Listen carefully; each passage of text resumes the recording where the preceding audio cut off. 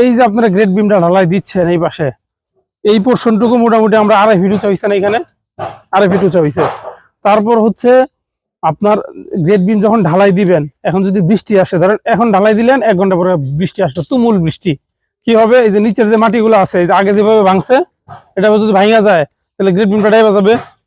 এই জন্য আমি বলছিলাম কি, আপনার এই পাশ থেকে ধরে এই পাশ পুরাটাই ওনার সীমানা ধরে একটা বাউন্ডারি ওয়াল টানা। হ্যাঁ, সীমানা ধরে অথবা বাউন্ডারি ওয়াল টানা। যদি সীমানা ধরে না টানেন, সেই ক্ষেত্রে গ্রেড বিমের নিচ থেকে উঠানো।